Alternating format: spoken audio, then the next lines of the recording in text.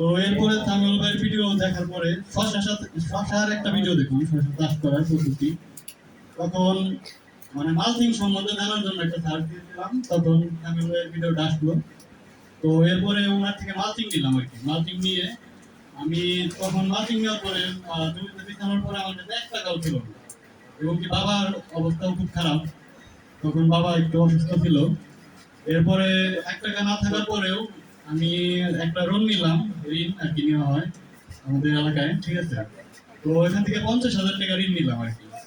50,000 টাকা ঋণ নেওয়ার পরে আমি 1.5 বিঘা জায়গা করলাম শশা।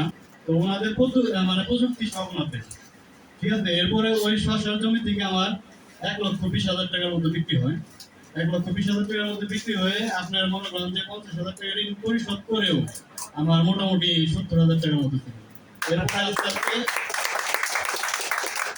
এরপরে আস্তে আস্তে আমি কৃষিটা মানে 1.5 বিঘা জায়গা থেকে শুরু করেছিলাম। এখন মোটামুটি আমার মধ্যে 8 বিঘার মতো আছে।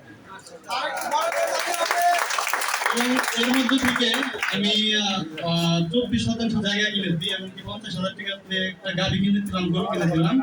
তখন গরু থেকে একটা চিন্তা হয়েছে আর কি, আমার জন্য 3 বছর 3.5 বছর 21 থেকে 20 শেষ থেকে 3.5 বছর।